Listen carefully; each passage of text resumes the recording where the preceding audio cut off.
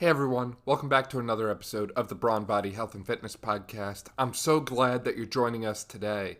Today I'm joined by Dr. Will Waterman from Proteus Motion, and we're going to be discussing Proteus Motion, what it is, and all the amazing features that it has. And we're also going to discuss a lot about the next generation of sports science and where the future of fitness is going. Now, before we get to this episode, normally there's a sponsor. But I'm actually looking for new podcast sponsorships. So if you or your business, your company wants to start sponsoring episodes or the podcast in general, please feel free to reach out to me either on Instagram, email, cell phone, MySpace. I'm sure my account's still out there somewhere. Whatever works for you. You can also check out the affiliate links below, which help me keep the podcast rolling through some financial support. Enjoy the podcast. Will, welcome to the podcast. Super excited to have you on today, man. Hey, thanks for having me. For people who aren't familiar with you personally and Proteus Motion, everything you guys are doing, would you mind kind of filling them in a little bit about who you are and all the amazing stuff your company's doing? Yeah. So first off, I'll say I'll talk a little bit about Proteus first. I think then we could maybe talk about me, but I think for people that aren't seeing, can't see Proteus, it's always a kind of difficult thing to describe, right? But essentially it's a state-of-the-art testing device that can also be used for training. Okay.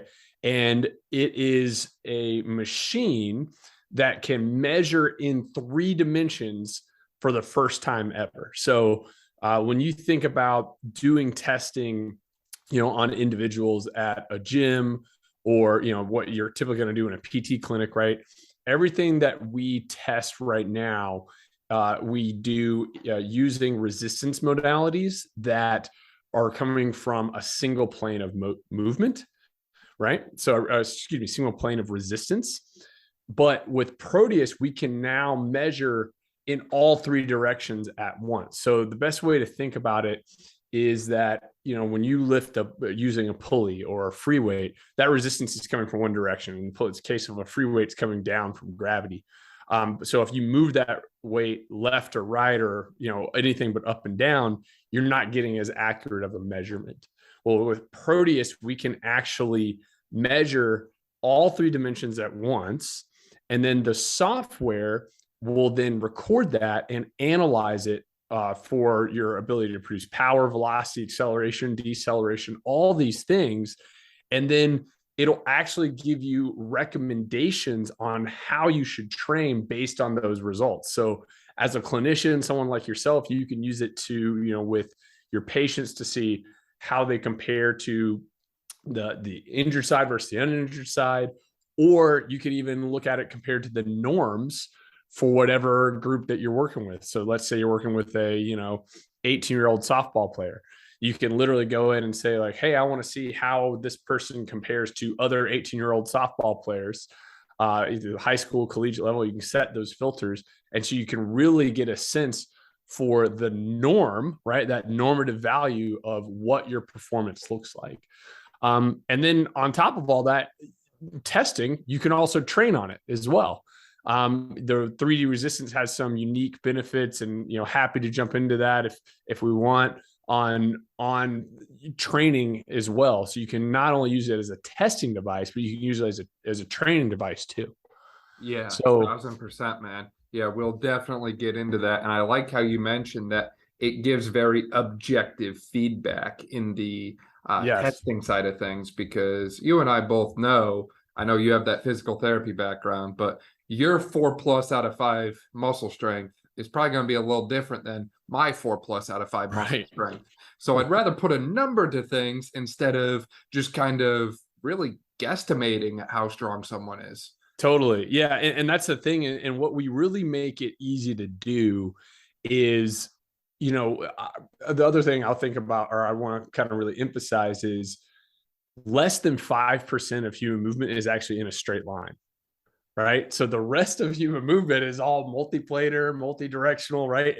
And until Proteus, there hasn't been a way to objectively, to your point, measure those things. And like you said, because it's consistent in every direction, even changes in body position for the athlete, different joint angles, it doesn't matter because we're always creating the same resistance in every direction, no matter what direction you move. We're perfectly mirroring your movement with that resistance. So it allows you to have like a pure objective measure for the athlete and across all these different things. It's not just strength, it's power, velocity, acceleration, all these other things, which are obviously all really important to sports performance, to just life performance, right? You have to be able to not just use your strength, you have to be able to use velocity and power to do these things in a healthy way without getting injured. So, we're providing a way for people to look at that and measure that, consistently. And I think one of the hardest things to really emphasize to people is the efficiency of it. You can do a full body assessment that's like 15 movements. It's push, pull, in the upper body, trunk rotation, lateral, jumps, all this that looks at power for every major region of the body. You could do a test like that on Proteus. In a normal gym, that'd probably take you like 20, 30 minutes, right? To get power for all these major things. And you probably couldn't do it all in one. You might not even be able to do it all in one session. With Proteus, you can do that in under 5 minutes, right? So now we're talking about just not only adding the ability to measure so much more, but the efficiency part of it is super key.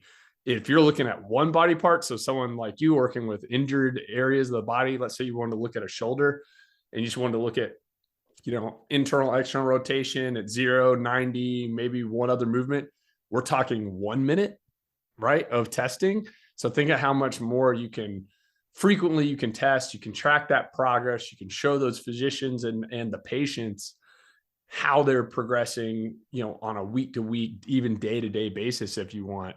And it's just a really powerful tool for that.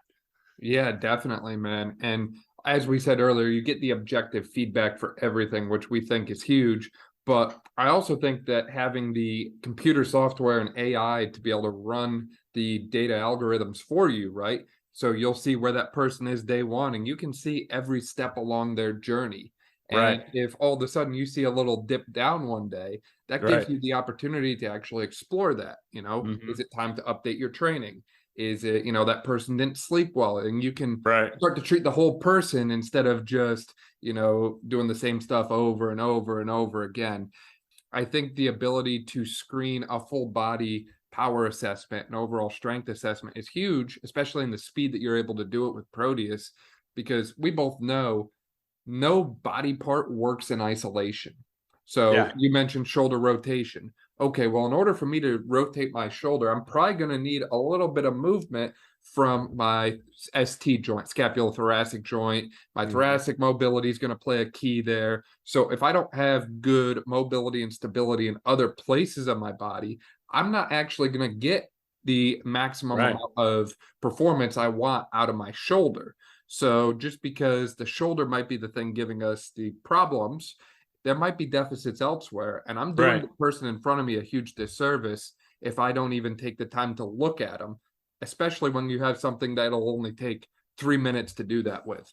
Yeah, no, totally. I think you hit the nail on the head. And we've seen that with a lot of the PT customers that we have that are using in PT clinics. They'll use Proteus to assess those, more distal or more proximal joints and body areas to an injury to see how it compares to the norm, but also to, their uninjured side.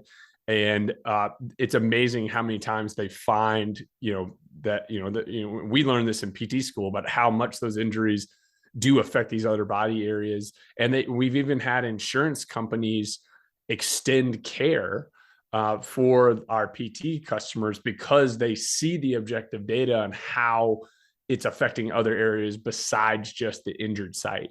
And that's a really powerful data point to be able to show that.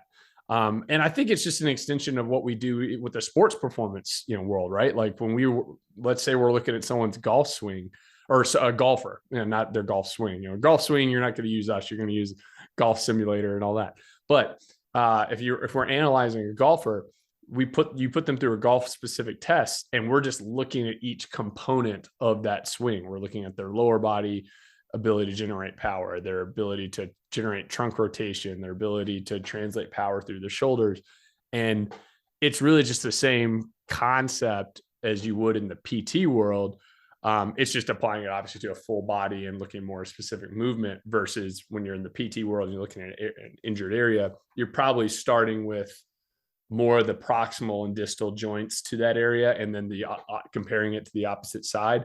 And then as they get closer to return to sport, you'll get into more sport specific testing on Proteus as well.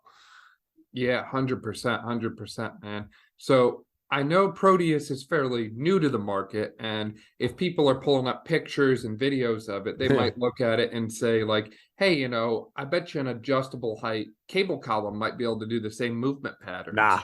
I was going to say, what's your take on Proteus versus like cable machines? Oh man. So this one is the hardest thing. And we actually address this a lot on our social media. So you can probably go on our social media and see some well-made videos by our social media team on it. Now, I'm in a few of them, but so essentially remember that with a pulley, when you use a pulley, no matter how you use it, even if the resistance from the pulley is constant, meaning if you look at the resistance that's coming from a Kaiser machine, for instance, it's pneumatic, right? It's air resistance.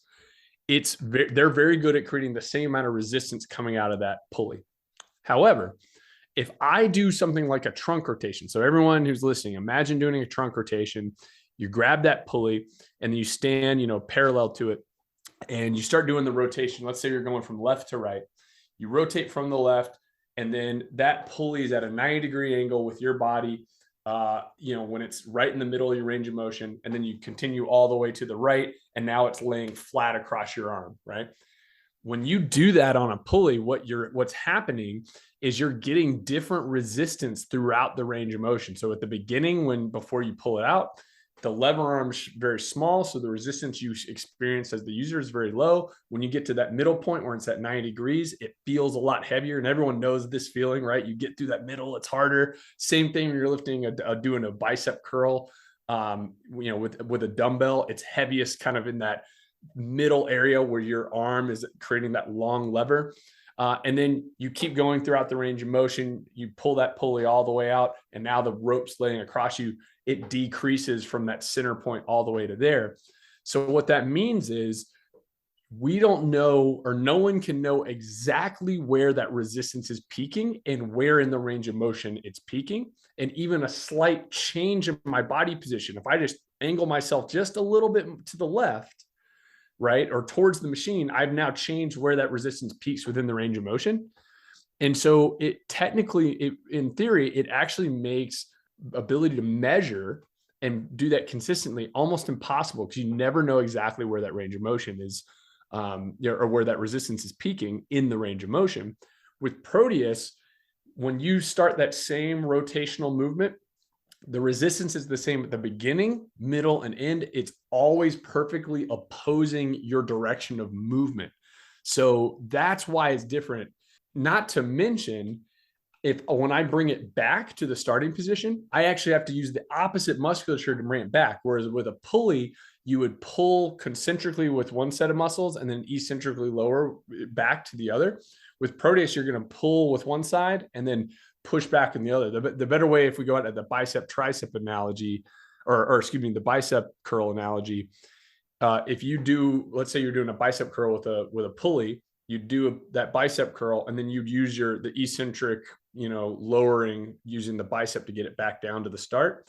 With Proteus, you do a bicep curl up, and then to get it down, you actually push down with your tricep.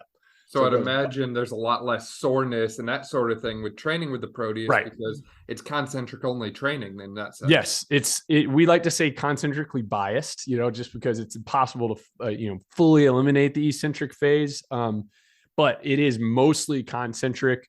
And some people first hear that and they're like, "Oh, that's why would I do it? The eccentric phase is so important," which it totally is. The problem is that when it comes to, there's just actually a lot of benefits to the concentrically biased training.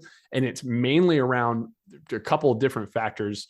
One is from a testing standpoint, it's extremely, extremely safe.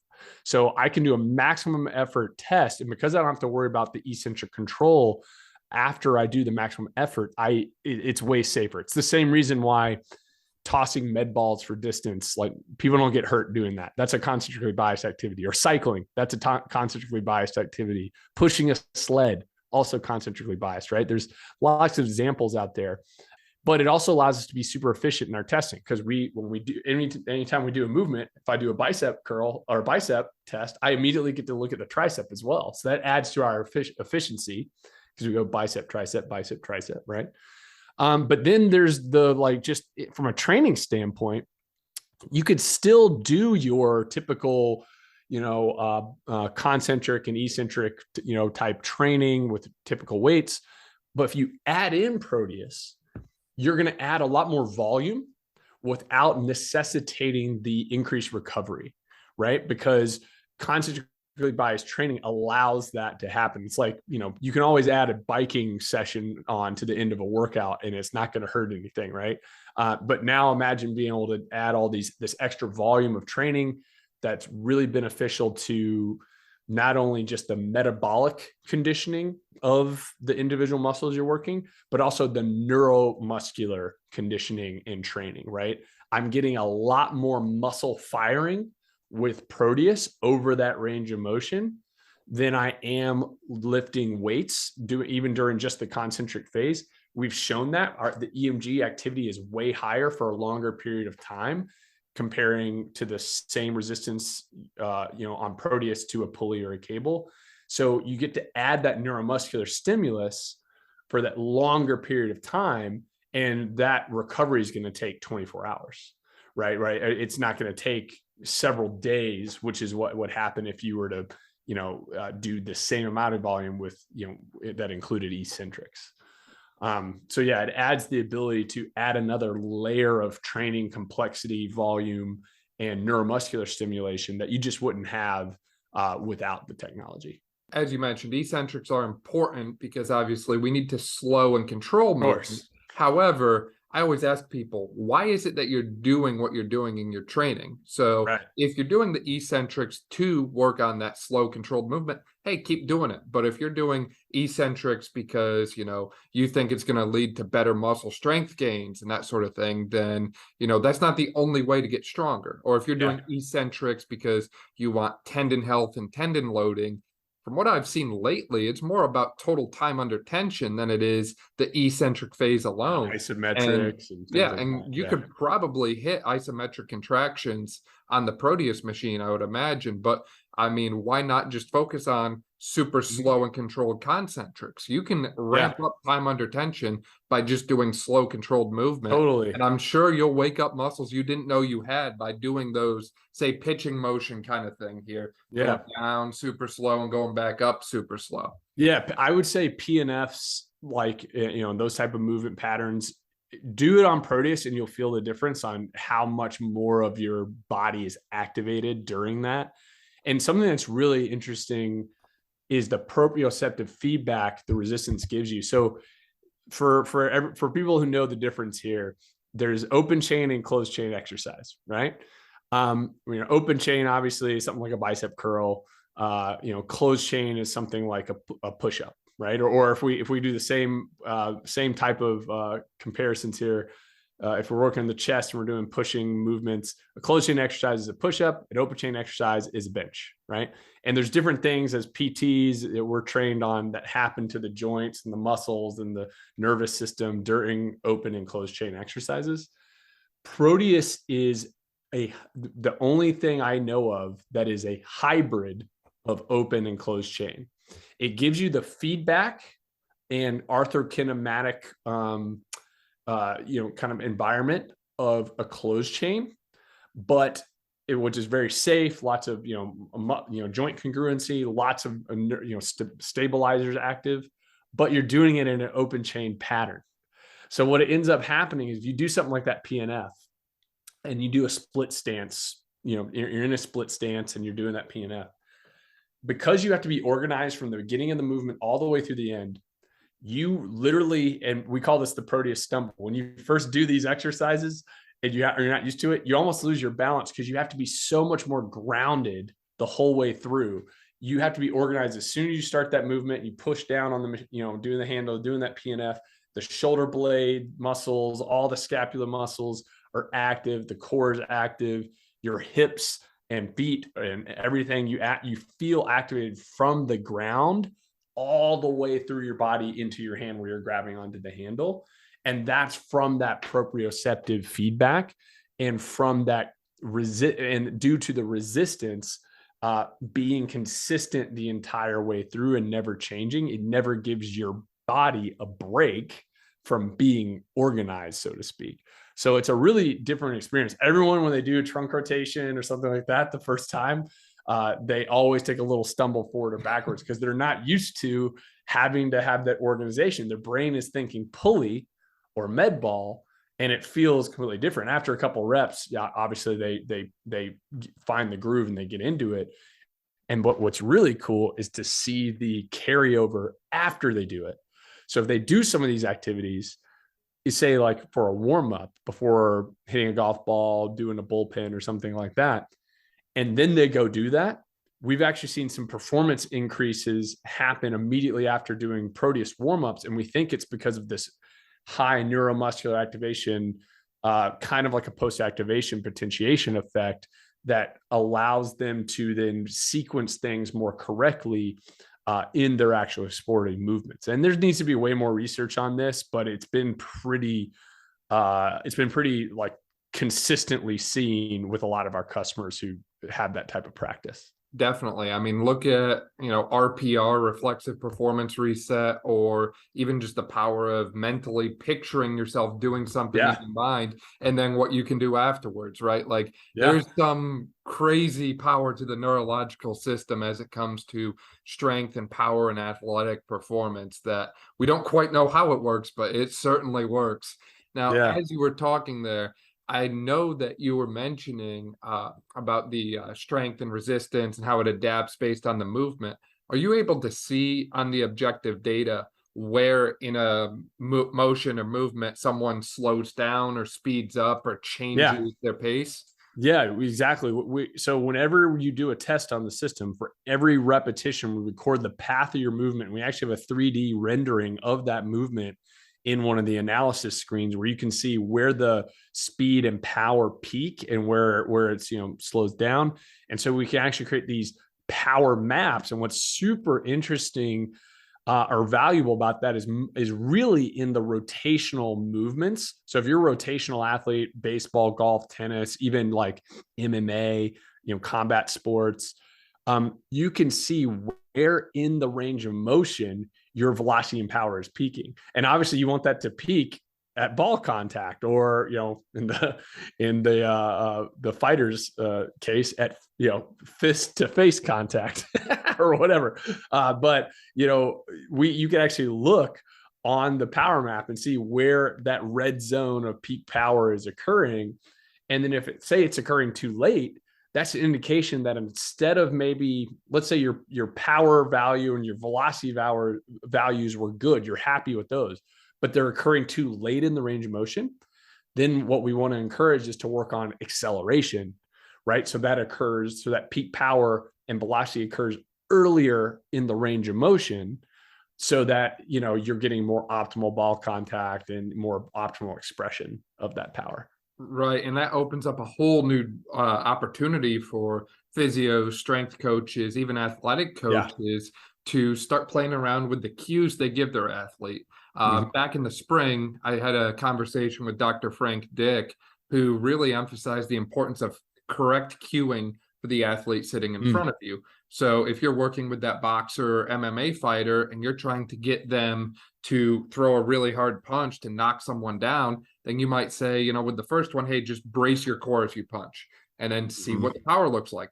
Next one, try a breathing pattern and see if they can time the key up with the contact point and see what that does to power. Try a pelvic floor cue, try all these different cues and see what happens as a result, because you might be surprised to find out that using a different cue actually creates better power, and more power creates a better athlete overall. Yeah, and we give those in the form of, I think the research is pretty consistent that external cueing is the best cueing, right? So if you external versus internal cueing is what I mean there. And the difference there would be like, feel your shoulder contract would be an internal cue, like when you throw your punch, right? Feel your pec contract. That's like an internal. I'm not saying that's a good cue. I'm just like giving it an easy example. Versus instead looking on the screen and see that power number go up, right? Try to make this number go up. The performance, both objectively, so meaning the value of the desired outcome, is better with external cueing, but also the quality of the movement is often even better too with external cueing. So we provide that obviously in the form of the screen. We have sound effects, things like that. You can see your numbers going up and down. So I think that also kind of aids in that teaching experience for you to be able, as a practitioner, like you said, whether you're a coach or a PT, to be able to use that external cueing to your advantage for whatever your goal is. Yeah, it allows you to further individualize your overall coaching strategy with the athlete in front of you. Mm-hmm. And I know for those listening, they're probably getting, a little bit tired of, power. And they're probably wondering, why is power so important? Like, I just want to be able to bench press 4 plates, right? And to me, I mean, power, in my own words, is the ability to knock someone on their rear end and continue forward, right? I like it. I mean, if you look at the NFL Combine, it's 40-yard dash, a vertical jump, broad jump. It's all these power-based tests. And I would imagine the more power you can produce, the better you're going to perform on those. And therefore, the more likely you are to, go higher in a draft or, even get drafted in the first place if you put up good numbers. You got I mean, what we always say is power is the currency of sport. Like that's our kind of little tagline that we say a lot, because what ultimately determines your success in most sporting, sports is not just your ability to produce force, which is strength, right? So like you said, that's the guy that strength is your ability to produce, how much can you bench, right? What's that maximum weight? But your ability to perform in sport is not just a function of how much force you can produce, but how much velocity with that force production you can produce. And that's what power is. Power is force times velocity. So that's ultimately going to determine how, say, like high you jump or how fast you run is your power expression, not your force expression. And the best way to think about it is this: if you got a guy, we all know or seen those guys or can imagine people who are literally ironically called power lifters, which are all really, they should be called strength or force lifters, right? Because, those guys are, let's say, have some massive squat, like a 700-pound squat. That guy can't jump nearly as high as, some, a wide receiver or someone like that, who has a lot better power expression per their pound for pound body weight, right? They can produce force much more quickly, and they produce enough force to move their body weight quickly. And what we're really providing is a way to efficiently measure power and train power, because it is so important in sport, but not just sport, even life. Like as we age, we lose power production before we lose strength, before we lose endurance. That's the first thing that goes. The reason people leave sports and age out of sports and retire when they're in their 30s and stuff from sport is actually because their loss of power production for the most part, right? If it's a power, if it's something like a typical, team sport, baseball, basketball, football, it's because they can't produce as much speed with their force production as they used to be able to. So your ability to monitor that and train that safely as we age, and when you recover from injury, is key to being able to perform optimally, safely, and all that. Because velocity is just it's a part of the equation. It's what keeps you from getting injured, is the ability to react quickly on top of reacting with enough force. Definitely. And I mean, you look at the age that some of these different athletes are playing into now. I mean, Tom Brady's in his mid 40s. Brett Favre was in his 40s. Yeah. Uh, if you're a Yankees fan like me, Roger Clemens came out of retirement and came back and Yeah. pitched into his mid 40s. Like, these are guys who are definitely defying the aging process. Right. And every single one of them has a very well structured exercise training program. And I Yeah. haven't seen the ins and outs of that, but I'm willing to bet that they emphasize power at some point in there because Yeah. they know that's what they need. Right. And, for those listening, sports and athletics can be a lifelong thing. Just because, you get out of college sports or you retire from professional sports doesn't mean that, your career is over for good. There's other ways to move forward in sport and stay involved. And all you have to do is stay up to date with your training so you stay healthy and you can continue to perform at the Yeah. level that you want to play at. Yeah. And something that I completely agree. And I think we have these players, professional athletes, especially a lot of them going later into their, years playing the sports for longer. I think because of the, training philosophies and technologies and everything are catching up to what we know more, how to train them more efficiently. We know how to train them optimally. And Proteus is just part of that, process, right? We're providing people the ability to analyze these things that were just traditionally, like, they were known to be important. I think they've grown in importance for people recognize the importance of training these qualities more and more now. But now the tools have to catch up with what we know to be, successful, or what we know to be efficient and going to create the most results. And the technology is now catching up with that. And we're a big part of that, or we plan to be a big part of that, going into the future. Definitely. I mean, I think you guys are really pioneering the way forward here. And you look at where research was even just up until a few years ago. Like, I'm still seeing isokinetic studies. And I'm like, look, that's great, but life happens outside of a leg extension and leg curl Yeah. kind of pattern, right? Yeah. I mean, that's something, it's funny. We get compared to isokinetics a lot, which is definitely an older technology. It's a great technology. It still has application.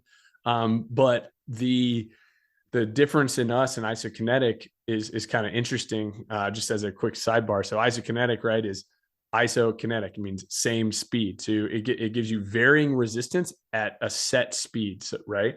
Whereas we're the opposite. We give you the same resistance at varying speeds, right? So no matter how fast you move, no matter what direction you move, you're always going to get this same resistance. And there's some similar training effects that happen in the body as far as EMG activity and all that. But what's probably the biggest difference is we have 3 degrees of freedom of movement, to your point. So like an isokinetic machine, like you said, they're all just, single plane movements, knee extension, hamstring curl, bicep curl, maybe some rotational stuff for IR, ER, that type of thing. But they can't do like, full body. They can do like vertical jumps like we can, or lateral bounds, or these like, more complex triplanar movements. They just don't have those machines don't have the ability to create that type of resistance. Yeah, definitely. Definitely. Now, I know we were talking earlier about the applications to, say, baseball and MMA and golf, but have there been any other sports that you've used Proteus with that kind of surprised you of how applicable it was or how much of a benefit it had? Yeah, I mean, the one that jumps out to me the most is definitely combat sports. So boxing, MMA, and I know we talked a little bit about that earlier, but we haven't mentioned at all like the workout, like metabolic conditioning side of Proteus. But we have all these workouts in there that we call them finishers, but they're really more like metabolic, like HIIT sessions where you're doing like 30 seconds on, 10 seconds, that type of stuff. Tabata style training. And it is an absolute killer on you, man. If you do one of these, I'm telling you guys, go out there, you get to a Proteus, do the afterburner. It's one of our like classic ones that we've had. I mean, imagine doing chop ups and downs, but you're working equally on the up and the down. You're working harder on the up and the down than you would on a normal machine. So you're getting double the effort there, and it's harder during the range of motion. Metabolically, it is just a killer. And what's so cool about what the technology can do is you can do that to train the metabolic side, but then also it's like we were talking about before, it's excellent for peak power production and training. So what those athletes need, combat athletes need more than anything, is the ability to have high power output, to have that knockout strike. And then they got to have that in the 12th round, right? Or at the end, or if they're MMA, right at the end of 5 rounds of an MMA fight. So the ability to train all those different aspects, that's the sport to me. I've said this for years. That's the one that I think would benefit from all the features the most. But I mean, you can train. I mean, we work with volleyball players, we work with basketball players. We got a lot of basketball, people working with it in basketball right now, looking at, their ability to measure lower extremity, like cutting and jumping, and even your ability to fight through traffic, doing things like, there's this really cool workout I've seen someone doing where they're doing almost like a Euro step on Proteus. So they have to work that like kind of crossover move, working almost like a landmine with a lateral bound. It's wild. And their ability to do that, more efficiently with more force and power is only going to help them, when they're in their sport. So, and also obviously give them those recommendations on how they should train based on their results. So, we're really building this to be a tool for almost any sport, really. There's only a few I can think of that, won't use it a ton. And even those, there's probably some benefit to them if they did use it. But there's only a few that I can think of that, even at this point, maybe in further versions of our machine down the line, maybe would have more application. Yeah, definitely. I mean, I can see a lot of application to things all the way from like even field hockey or soccer in a way, all the way up to your strict overhead sports, even like lacrosse too, that same overhead kind of motion. I can't tell you how many lacrosse players I've seen with that classic, I call it lax back right now, just that low back pain from that really sharp, quick shot combo. And it's like, if you can build strength there, you can probably make some amazing things happen. But as you're talking, I realized too, this is not just the kind of thing that athletes can use and PTs and coaches, but really anyone across the lifespan could find benefit from training with Proteus, because power, as you mentioned earlier, declines with age. So we want to keep power high as we can.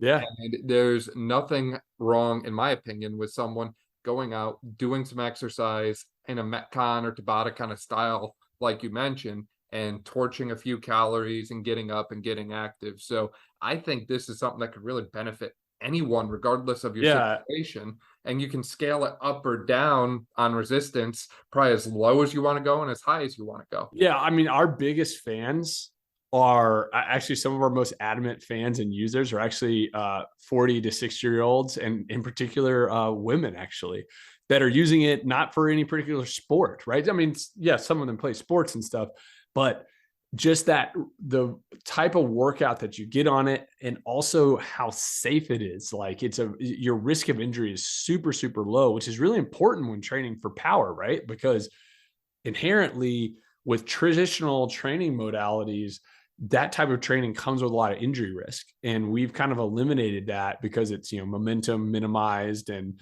concentrically biased, as we talked about. So it does enable you to train power for pretty much any group of people. But you're also able to use it, like we talked about before, to get these really, really efficient, time efficient metabolic conditioning routines in there. So, you think of, how people can bike their entire life, right? Like there's no, when you're older, you can still bike and, all this, and go to spin classes and all that. Proteus, again, has like a similar type of resistance profile in that it's concentrically biased. So you can do this to really any point in your life or health span and get some benefits. Yeah, and it saves you the time and effort of setting up, the power rack and then loading the plates and all that sort of thing. Because you can do front squats, deadlifts, lunges, all those same movement patterns with the Proteus. And you don't have to worry about all those adjustments and It's a loading. great point. I mean, Setup is quick. I know that's a little thing, but when you're like me and I deadlifted yesterday and I was looking at, you get the 445s on each side and then a couple other plates, and it's like, this is going to take like 3 or 4 minutes to completely put this all back, put it all away. And it's like, imagine if I had those 4 minutes to sneak another exercise or two in. Yeah. Like, time is money, as they say. Hey man, it's the one thing you'll never get back. You know what I mean? Like if you can make things more efficient, like there's no downside to that, right? So, if anything, the only thing you might have to do is tell people to slow down, right? Because they might be going too fast through a routine or something. But in general, efficiency is only positive. And really, that's one of the big things from a selling standpoint to the customers that we work with in all these different industries is that time efficiency aspect. Because if you're a PT clinic, you can do a lot of performance tests, more frequently, getting that objective data without a lot of setup. It's not going to take. It takes 1/10 of the time to set it up compared to like an isokinetic machine or something like that. I mean, I don't even you can't even compare it to that. It's like, it's just a much newer technology. So, I mean, setup is a breeze for that type of, testing. But then if you're doing like a full body workout or something like that, you can get literally full body workouts in like 5-10 minutes and just be absolutely smoked. So, I mean, you don't have to use it that way, but you can. And for businesses to have that flexibility to use it in all these different ways, that's been a big important thing for us, because we know time is money, and we want them to get their ROI out of this machine, right? And actually use it to make money, not burn a hole in their pocket. Exactly. It's an investment in your client's results and your own financial results, which I mean, you can't lose when everyone's winning, right? Well, and that's the other thing, is just to add on to that real quick, is we actually, if you're a PT business, we actually can show you how it can get you an ROI from your billing. So you can charge for things like performance tests and measures, which is a charge that not a lot of facilities use. Or you can actually use it to justify continued care, to help diagnose other areas of the body that are injured due to your injury and extend care, or introduce new codes for new areas that need addressing. So we've actually shown how, even though when you buy the machine, you can get that ROI fairly quickly in a PT setting. And not to mention, you add on the cash pay or like gym type scenarios where you have these tests in here, and we have facilities that charge for these evaluations, right? So it allows you to add that extra revenue stream if you're a PT facility wanting to do more sports performance, or, almost like kind of like having an in-body and doing body composition. You can give people these reports that show them where they're weak and where they're strong on their entire body, and it gives them a program to follow to be able to improve those things. You can charge for that as a business, and it's a good way for you to get that return on your investment. And that's why most, a vast majority of our customers see return on investment within the first few months very, very quickly. Yeah, you really can't beat that, especially in today's day and age. So, Will, as we start to wrap up here, man, do you have any kind of closing thoughts or closing remarks or anything that we missed when we were talking away here? No, Dan, I can't think of anything, man. I mean, this is, I'm lucky to be doing this job. It's fun. The product's really cool. I encourage people to reach out to us and ask questions. I mean, I think the thing is like, we have a really hardworking team. We're trying to push things forward. And we're always have our ears open for suggestions on improvements, things that people want to see, studies they want to see, like all that stuff we're throwing into our roadmap and plan. And, we're never going to pretend we're something we're not, and we're going to try to keep moving forward with doing the best we can with the technology and trying to kind of elevate, the human performance through our technology. I can attest to you guys being hardworking because, I mean, I spent 45 minutes on the phone with one of your directors on Labor Day. I mean, you guys ever take a day off? I mean, Nah, no. I mean, we have some people that, I mean, I know who you're talking about, and Larry is a hard-working cat, man. No one works as hard as Larry Domingo. So he loves talking to our customers, and I mean, you really will go out and talk to any of our customers. Our customer service and our relationships with our customers are everything to us, and we, really try to keep those going before, after, and the sale and the contract is signed. And I still have tons of our customers have my phone number, text me, call me all the time with questions and ideas. And it's the fun part of my job, honestly, to be able to talk to them about that stuff and just nerd out, Yeah, for sure. You can't beat that. Yeah. For people who want to reach out or find out more about the company, where can they find you guys? The best is on Instagram at Proteus Motion. And then you can also go to our website, proteusmotion.com. And we're also on, Twitter, TikTok, or all that we're at Proteus Motion. So any of those channels you can find us. So we can expect to see a TikTok of you doing some kind of trendy dance while holding the Proteus, right? So not only can you expect it, I've already done that, and you can go back and look. You can go back and look at one where I did a trendy dance with Proteus. With it was what was it, that Horus thing on TikTok? It was this weird like augmented reality dude, and I was like dancing with Proteus and that guy. It was strange. Functional fitness, man. Hey, man, just trying to elevate the awareness. That's all. For sure. Will, it was great talking with you. I appreciate your time. So fun, dude. Thank you so much for listening to this episode of the Brawn Body Health and Fitness Podcast. If you liked this episode, please make sure to share it with a friend, subscribe so you don't miss any of our upcoming episodes, and leave a review. This way we can spread knowledge and motivation and help reach more people.